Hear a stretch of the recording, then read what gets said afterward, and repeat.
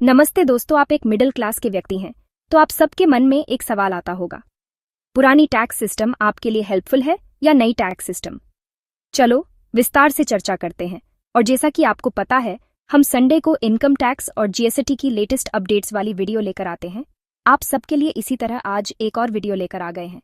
और हाँ, वीडियो को आखिरी तक जरूर देखना, क्योंकि आपको एडवाइस ब्रेन की वीडियो में टैक्स एक्सपर्ट की जानकारी और कुछ महत्वपूर्ण टिप्स मिलेंगे। और अगर आप हमारे चैनल पर नए हो तो चैनल को सब्सक्राइब करें। चलो शुरू करते हैं। अप्रैल 1, 2025 in the new income tax system से न्यू कर स्लैब अप्लाइड होंगे।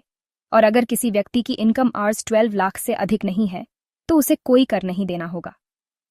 ओल्ड सिस्टम का इस्तेमाल करने वाले कई लोग द न्यू ऑर्डर अपनाने पर विचार कर सकते हैं, क्योंकि 24 lakh rupees in union budget 2025 तक की इनकम के लिए स्लैब रेट्स में सिवियर शॉर्टेज की गई है।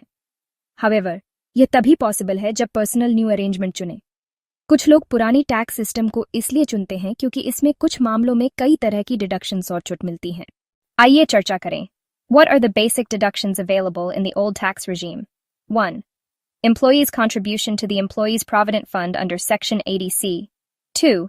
Exemption on leave travel allowance, LTA, up to a certain extent.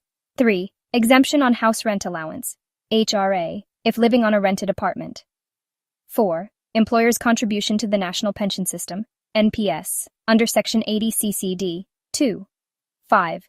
Food coupon vouchers, जैसे कि Sodexo of rupees 2.2 thousands per month or annually of rupees 26,400. 6. Section 80D deduction for health insurance premium paid for self, family, and parents. 7.